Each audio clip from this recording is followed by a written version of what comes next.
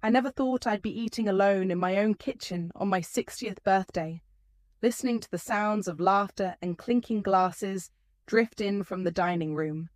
But here I am, pushing around a plate of cold chicken parmesan that Vanessa thoughtfully set aside for me. My name is Amber, and until today, I thought I was doing everything right as a mother. The house they're dining in, the one I'm currently banished from, I bought it 15 years ago with my teaching salary and the life insurance money after my husband passed. It was supposed to be my retirement nest egg, maybe even a legacy for my son Randall someday. "Mum, you understand, right?" Randall had said earlier, his hand on my shoulder steering me toward the kitchen. "These are important clients of Vanessa's.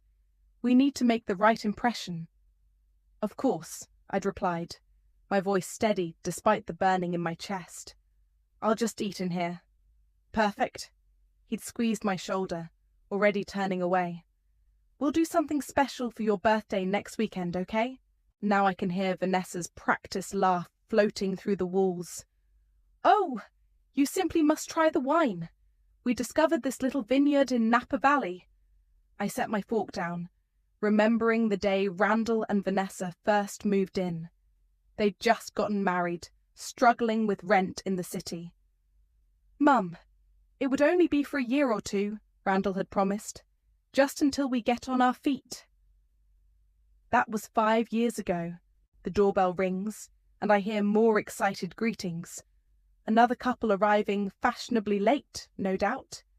I stand up to rinse my barely touched plate, trying not to remember last year's birthday, when we all squeezed around this very table, Randall telling jokes while Vanessa actually smiled at me.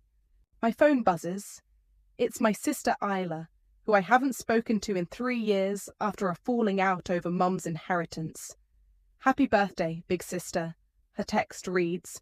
"Hope they're treating you like a queen." I almost laugh out loud at the irony.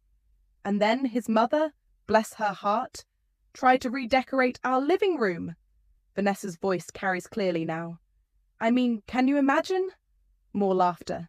My hands shake as I dry the plate. "It's like they never quite know when to step back, do they?" A stranger's voice responds. "My mother-in-law's the same way." Exactly. They mean well, but boundaries are boundaries. I close my eyes, remembering the redecorating incident. I'd brought over a handmade quilt, thinking it might brighten up their sofa. Vanessa had smiled tightly and tucked it away in a closet. I never saw it again. The sound of cork popping. More cheers. "A toast!" Randall's voice. "To new friendships and successful partnerships." I slip out of the kitchen and up the back stairs to the guest room. My room, when I occasionally stay over. My purse is on the bed where I left it. Inside is a folder containing the property deed, which I'd brought over to discuss with Randall. I'd wanted to talk about maybe moving in, now that I'm retiring, maybe becoming more involved in their lives again. Pulling out the deed, I study it in the dim light. My name alone is on the paper.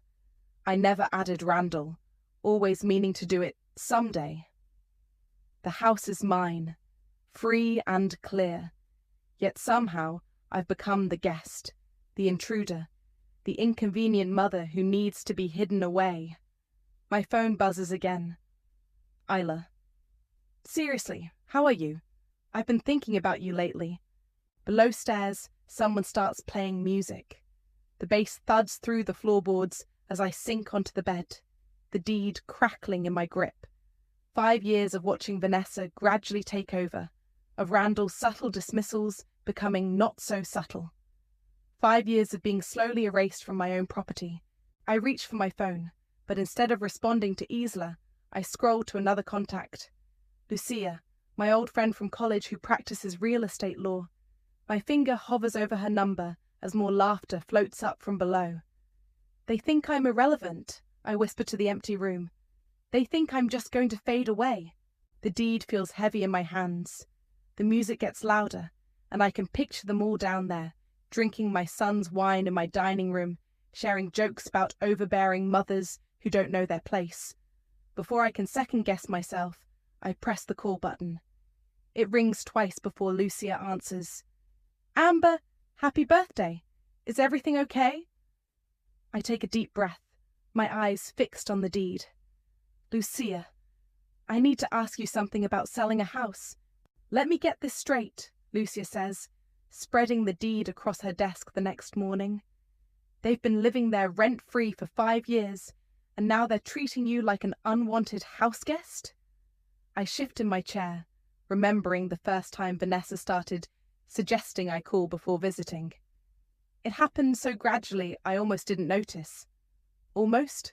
Lucia raises an eyebrow. There were signs. I twist my wedding ring, thinking back. Last Christmas, Randall told me they needed space to establish their own holiday traditions.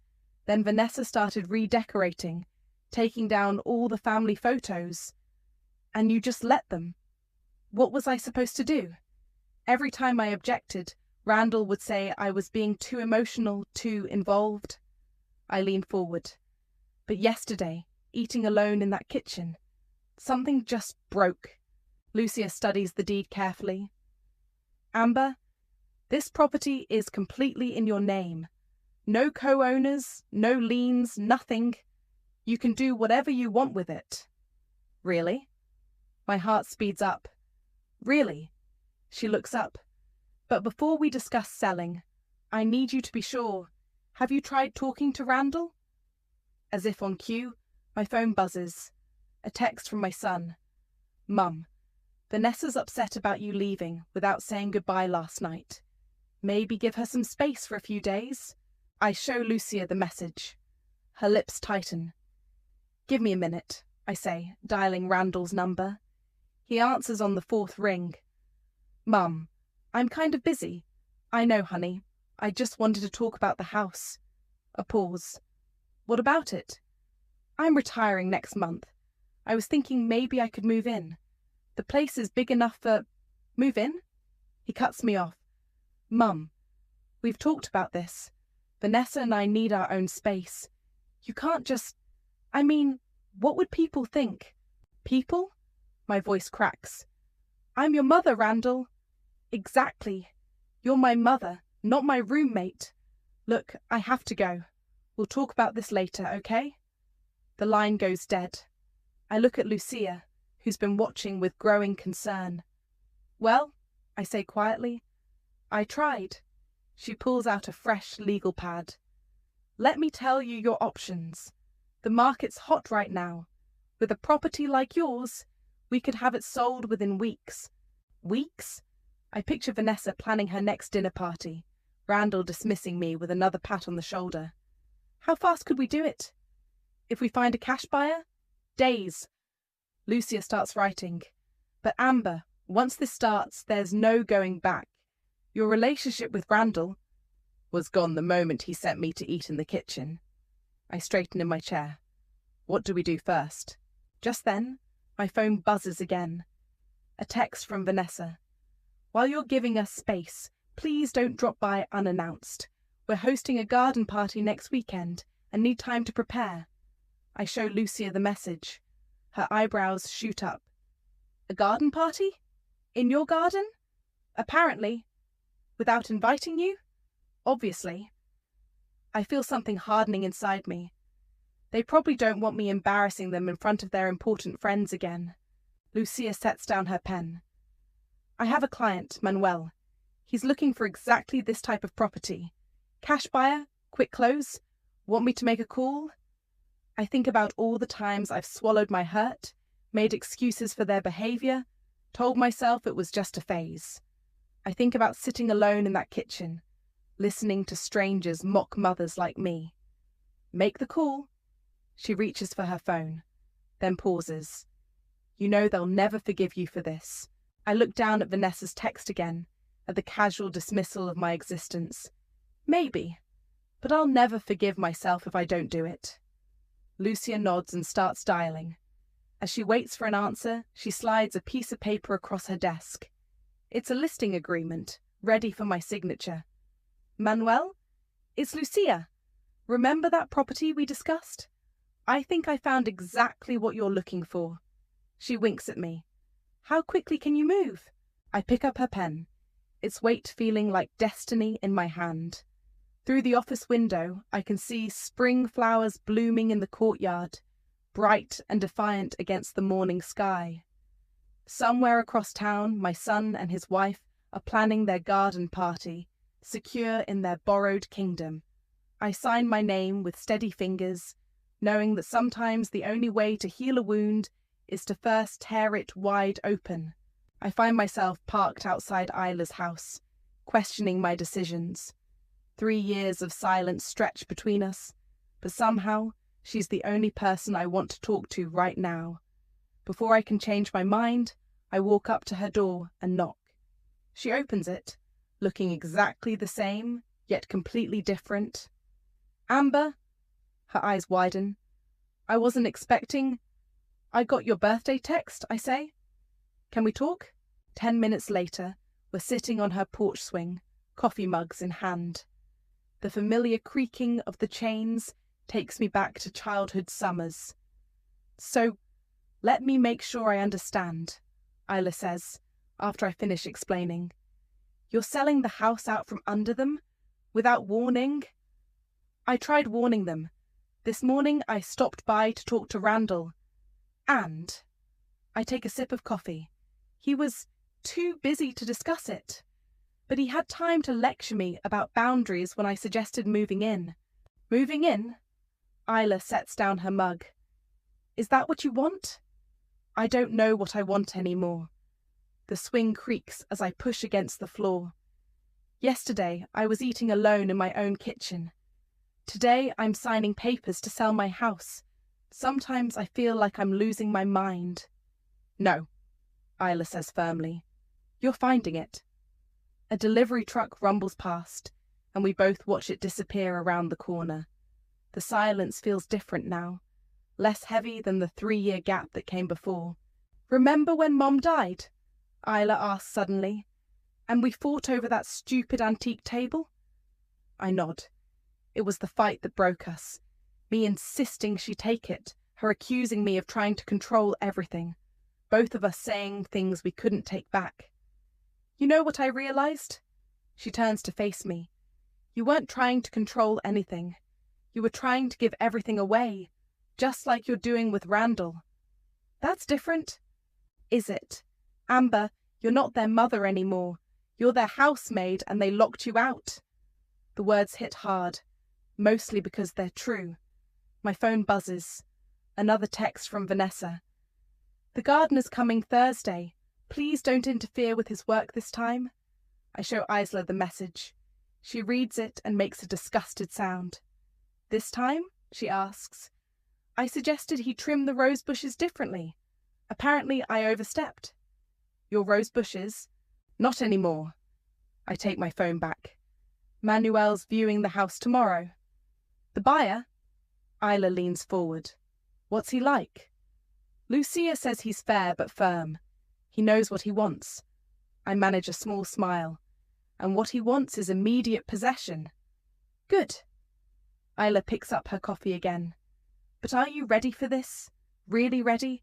Because once you do this..." "I know." I stand up, walking to the porch railing. "But you should see how they live there, Isla.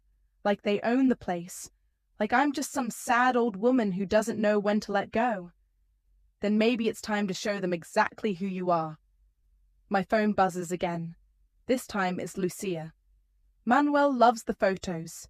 He's bringing a cashier's check tomorrow. Are you sure about this?" Isla reads over my shoulder. "Are you?" I think about Randall's dismissive tone this morning, about Vanessa's carefully worded texts, about all the times I've swallowed my pride and smiled through their subtle humiliations. "Yes," I type back to Lucia. "I'm sure." Isla touches my arm. "Stay for dinner? We can catch up properly." I look at my sister, the one I lost over an antique table, the one who somehow understands exactly what I'm going through. "I'd like that." As we head inside, my phone buzzes one last time. Randall. "Mum, about this morning. I know you're probably upset, but you have to understand. We have a certain lifestyle now. Maybe we can discuss appropriate boundaries over coffee next week. Isla reads the message and raises an eyebrow. Appropriate boundaries? I put the phone away without responding. He'll learn about boundaries soon enough. That's my sister. Isla holds open the door. Now, want to help me make Mum's lasagna recipe? The one she wrote down on that little card you gave me? For the first time in days, I feel myself truly smile. Only if we do it wrong, just like we used to.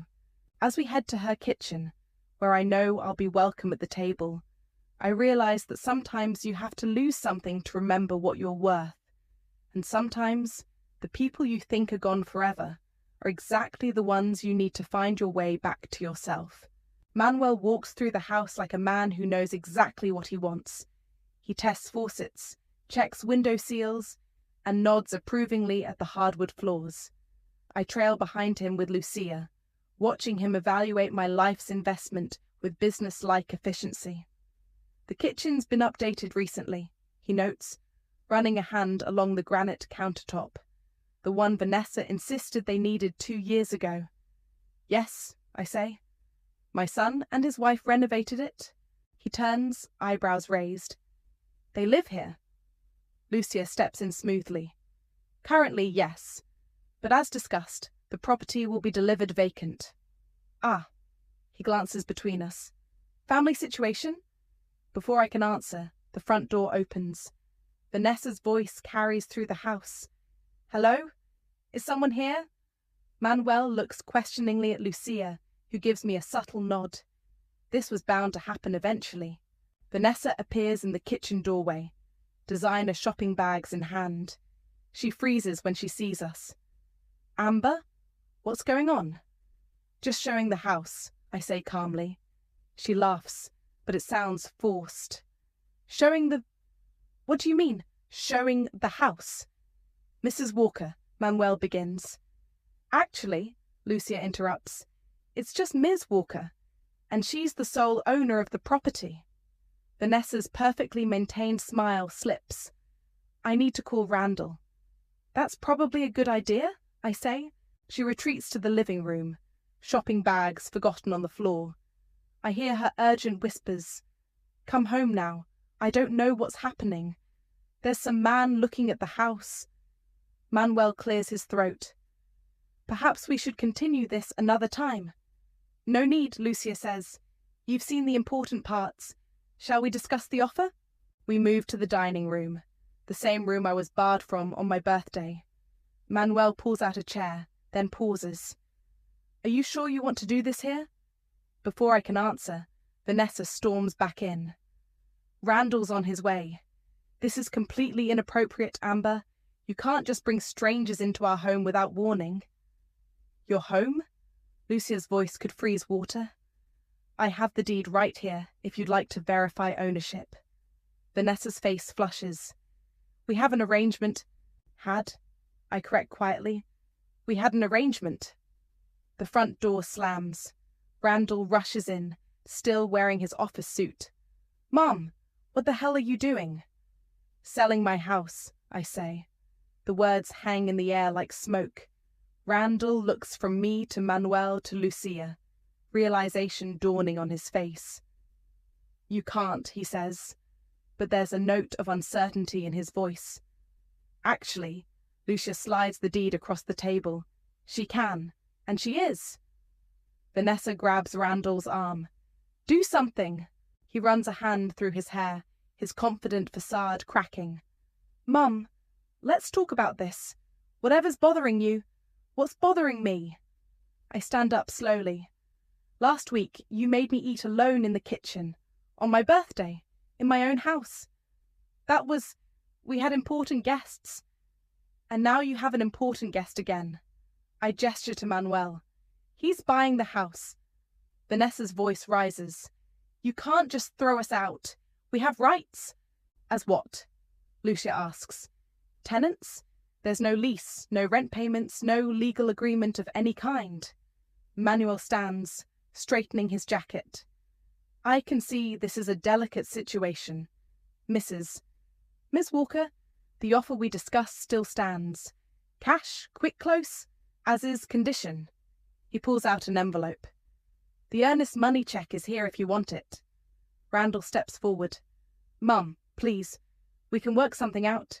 Maybe we could buy it from you instead? I think about all the times they could have offered that. All the years they lived here for free, slowly pushing me out of my own space.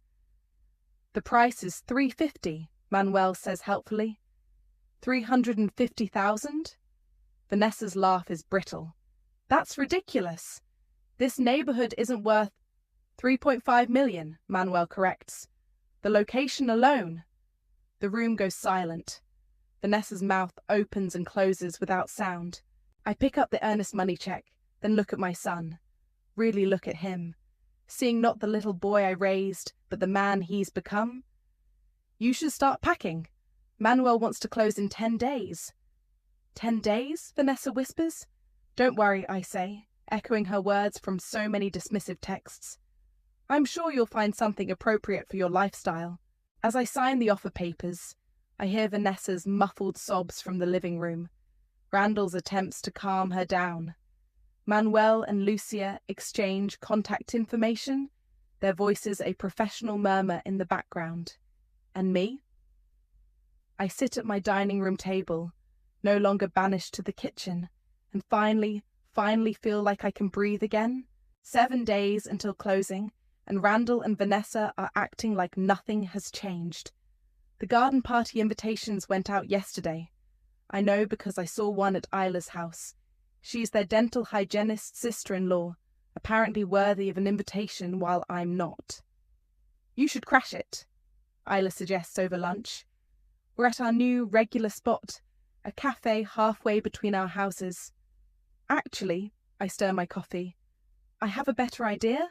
The bell above the door chimes, and Lucia walks in, right on time. She joins us with a knowing smile.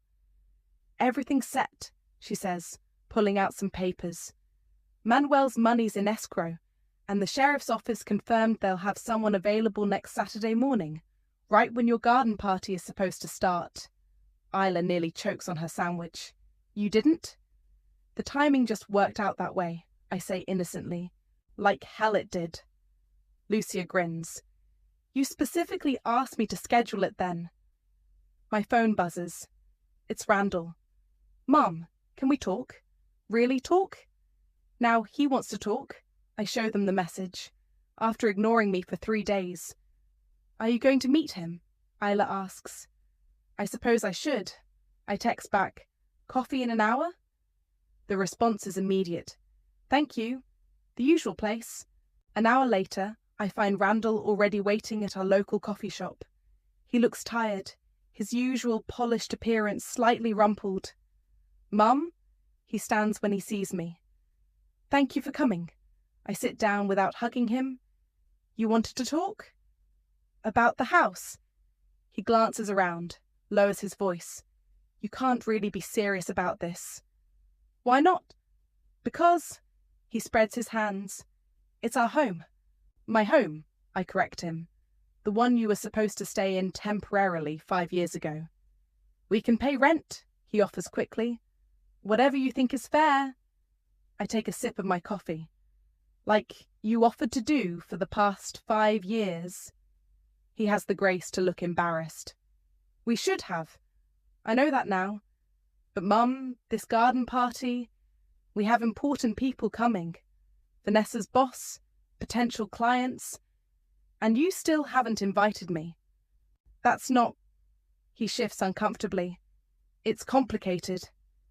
No, it's not. I set down my cup. You're embarrassed by me. You and Vanessa, both. That's not true. Really? Then why did I eat alone in the kitchen on my birthday? He doesn't have an answer for that. The house sells next Saturday, I say. During your party. His face pales. You can't. I can. I did. And do you want to know the worst part? I lean forward. If you had just treated me with basic respect, if you had just acted like I was your mother instead of some inconvenient stranger, I would have given you that house eventually. Mum, But you couldn't even let me eat at my own dining room table. My phone buzzes. It's Vanessa. The caterers need the house code for Saturday. Also, please don't drop by this week. We're very busy preparing. I show Randall the message. He closes his eyes. I'll talk to her, he says. Don't bother. I stand up. But you might want to cancel those caterers. I don't think Manuel will appreciate party guests when he takes possession. Manuel? The buyer? He's taking possession on Saturday. Right around 10 a.m. I pick up my purse. Perfect weather for a garden party, don't you think? Back at Ila's house later, I find her and Lucia waiting on the porch. How did it go? Ila asks. About as well as you'd expect. I sink into the porch swing. He offered to pay rent. 5 years too late, Lucia snorts. You know what's funny, I say. Part of me still feels guilty, like I'm the bad guy here. That's because you're a good person. Ila hands me a glass of wine. But being good doesn't mean being a doormat. Speaking of doormats, Lucia checks her phone. Manuel's lawyer just sent over the final paperwork. Everything's ready for Saturday. I think about Vanessa's message, about her casual dismissal of my existence even now, about Randall's too late offers and missing apologies. Are you ready for this? Ila asks softly. I take a sip of wine, remembering all the dinners I wasn't invited to, all the times they made me feel small in my own home. You know what? I am. I raise my glass. To Karma, they echo. Somewhere across town, my son and his wife are planning their perfect garden party, blissfully unaware that their borrowed time is running out. In 5 days, they'll learn what it feels like to be the ones asked to leave. And me? I'll be right here, finally feeling the weight of invisibility lifting from my shoulders. Saturday morning dawns bright and clear, perfect weather for a garden party or an eviction. I park down the street at 9:30 a.m., watching caterers unload their van. Vanessa directs them with sharp gestures, pointing to where everything should go. My phone buzzes. Lucia. Manuel and the sheriff are 5 minutes out. Ready? Ready, I text back. I step out of my car just as Randall emerges from the house, carrying a tray of champagne flutes. He freezes when he sees me. Mom? What are you doing here? I thought I'd stop by, I say pleasantly. Beautiful day for a party. Vanessa spots me and hurries over, her heels clicking on the driveway. Amber, I specifically asked you not to come today. We have guests arriving in less than an hour. So do I. As if on cue, a black SUV pulls up, followed by a police cruiser. Manuel steps out, briefcase in hand. The sheriff, a woman in her 40s, follows. Vanessa's face drains of colour. No, you wouldn't. I told you the closing was today, I say. But the party... She looks frantically at the caterers still unloading their van. We have 30 people coming. Then you should start calling them, the sheriff says, approaching with her clipboard. I have an order here to ensure vacant possession of this property by noon. Randall drops the tray. Champagne flutes shatter across the driveway, drawing stares from the neighbours who have begun to gather. Mum, he grabs my arm. Please, we can work something out. I gently remove his hand. We could have worked something out months ago, years ago, but you made your choices. Mrs. Walker? One of the caterers calls out nervously. Should we continue setting up? Actually, Manuel steps forward. I'm the new owner, and no, you shouldn't. Vanessa starts crying, mascara running down her cheeks. This isn't happening. This can't be happening. A car turns into the driveway, their first guests arriving early. It's Vanessa's boss, looking confused at the scene before her. Vanessa? What's going on? Margaret? Vanessa tries to compose herself. There's been a slight complication. They're being evicted, I say clearly. The house has been sold. Margaret's eyebrows shoot up. Evicted? But I thought this was your house. They let everyone think that, I say. Just like they let everyone think I was the intrusive mother who couldn't let go, instead of the owner who gave them a free place to live. More cars are arriving now. Guests in party clothes step out to witness the unfolding drama. The sheriff begins posting notices on the door. "You have 2 hours to remove essential belongings," she announces. "The rest can be collected Monday under supervision." Randall seems to collapse in on himself. "Where are we supposed to go?" "Perhaps," I say, echoing Vanessa's words from so many dismissive conversations. "You should have thought about that before." "I can recommend some good hotels," Manuel offers, not unkindly, "and storage facilities for your furniture." Vanessa turns on me, mascara-stained tears forgotten in her rage. "You planned this. You waited for the party on purpose." "Yes," I admit. "I did. Consider it karma for all the parties you didn't invite me to, in my own house." The gathered crowd murmurs. I spot Vanessa's sister filming with her phone. This will be all over social media by dinner time. "You can't just throw us out," Randall tries one last time. "Actually," the sheriff steps forward, "that's exactly what's happening. Start packing, or I'll have to insist." I watch as reality finally sets in. Vanessa runs inside, sobbing. Randall follows, apologizing to their guests as he goes. The caterers begin reloading their van, and the party guests slowly return to their cars. This afternoon's entertainment clearly cancelled. Manuel touches my arm. "Miss Walker, would you like to do a final walkthrough before I take possession?" I look at the house, my house, for just a few more minutes. Through the windows, I can see Randall and Vanessa throwing clothes into suitcases, their perfect world crumbling around them. "No," I say. "I've seen everything I need to see." As I turn to leave, Margaret calls out, "They told everyone they inherited this house, that you were just difficult." I stop and face Vanessa's boss. "And now you know the truth." Walking back to my car, I hear the sheriff directing operations, Manuel discussing logistics with his team, and the unmistakable sound of justice being served. My phone buzzes with a message from Isla. "Is it done?" I look back one last time at the house where I lost my son but found my strength. "Yes," I text back. "It's done." The aftermath explodes across social media faster than I expected. Vanessa's sister's video goes viral, and suddenly my quiet revenge is trending locally. I turn off my phone after the third news outlet tries to contact me. A week later, I'm having coffee with Lucia when Randall walks into the cafe. He looks different, rumpled, unshaven, wearing jeans instead of his usual suit. He spots us and freezes. "Mum." Lucia starts gathering her papers. "I'll give you 2 a minute." "No," I say, touching her arm. "Stay." Randall shifts uncomfortably. "Can we talk? Please?" "Sit." I gesture to the empty chair. He does, looking like a schoolboy called to the principal's office. "Where's Vanessa?" I ask.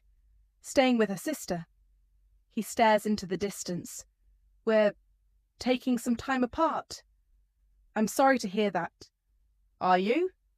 His voice cracks. "You destroyed our lives, Mum.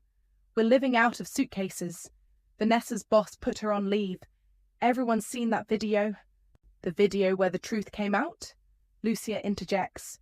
"Where everyone learned you'd been lying about owning the house." He flinches. "We never exactly said." "You never exactly told the truth either," I cut in. "Just like you never exactly invited me to parties, never exactly offered to pay rent, never exactly treated me like your mother instead of an inconvenience." "I know." He runs his hands through his unkempt hair. "I know we messed up. But did you have to do it like that? In front of everyone? Like you humiliated me in front of everyone, making me eat alone in the kitchen on my birthday?" The barista brings his coffee. He wraps his hands around the cup, but doesn't drink. "We're staying at the Holiday Inn," he says quietly. "Vanessa cries every night. Her social media followers are calling her a fraud. Her influencer contracts are being cancelled. Actions have consequences, Lucia says, but I hold up my hand. What did you expect, Randall? That you could treat me like nothing forever? That I'd just fade away? No, He swallows hard. I don't know what I expected. We got comfortable, entitled, and then it was easier to keep you at arm's length than to face what we were doing. A notification pops up on his phone. Another social media comment. He turns it face down. The worst part, he continues, is that everyone keeps asking why we didn't just buy the house from you, or pay rent, or anything, and I don't have an answer. There is no good answer, I say. That's why it hurts. He looks up, and for a moment I see my little boy in his eyes. I'm sorry, Mum. I know it's too late, but I'm so sorry. It is too late. I know. He stands up slowly. For what it's worth, Vanessa's sorry too. She can't face anyone right now. Tell her I understand about consequences, I say. I lived with them for 5 years, every time you pushed me further away. He nods, looking defeated. Can I call you sometime? You could always call me, Randall. You chose not to. He turns to leave, then stops. The house looks different. Manuel's already renovating. It's his house now? Yeah. He gives a bitter laugh. Funny how you don't know what you had until it's gone. After he leaves, Lucia squeezes my hand. You okay? I watch through the window as Randall walks to his car. Not the sleek BMW he used to park in my driveway, but an old Honda. Actions and consequences. You know what's strange? I say. Part of me wanted him to fight harder just now, to really understand what he did wrong. He understands, Lucia says. He just doesn't know how to fix it. My phone buzzes. A text from Isla. Saw Randall's car outside the cafe. Need backup? No, I text back. Some things you have to face alone. When I look up, Lucia is studying me. What now? Now? I think about Manuel's generous check sitting in my account, about the freedom to choose what comes next. Now I start over, without the weight of a house I gave away or a son who forgot how to love me. And Randall? I watch his car pull away, carrying my only child toward his new, humbled life. He'll start over too. We all will. To new beginnings, Lucia raises her coffee cup. I clink my cup against hers, thinking about karma and consequences, about love and loss, about the price of finding your strength in the ruins of what you thought was family. To new beginnings, I echo, and to finally being visible. Are you sure about this place? Isla asks, helping me carry the last box into my new condo. It's smaller than what you're used to. That's the point. I set the box down and walk to the balcony, sliding the door open to let in the ocean breeze. No extra space for anyone else to claim. The doorbell rings. Lucia arriving with takeout?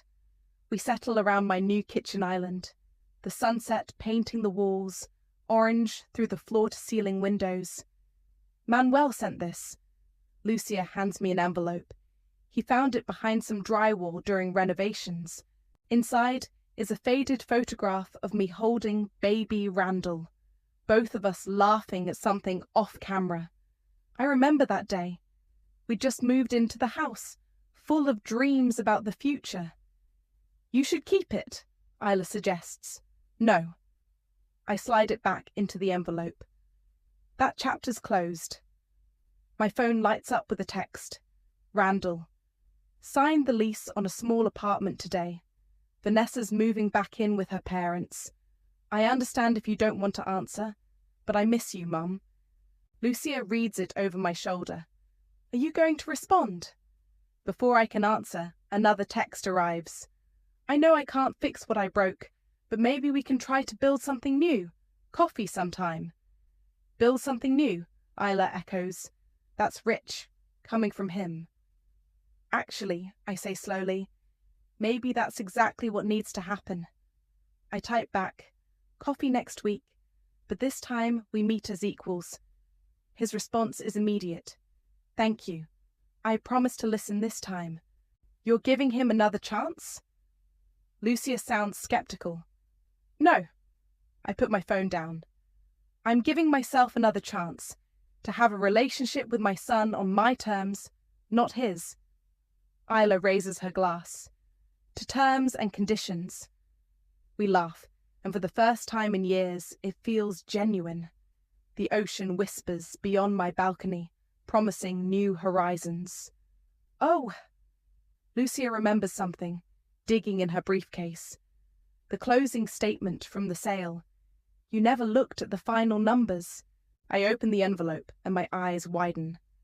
After paying off the original mortgage and taxes, I'm left with significantly more than I expected. That's freedom money, Isla says. What are you going to do with it? Live. I walk to the balcony, my sister and friend following. Travel.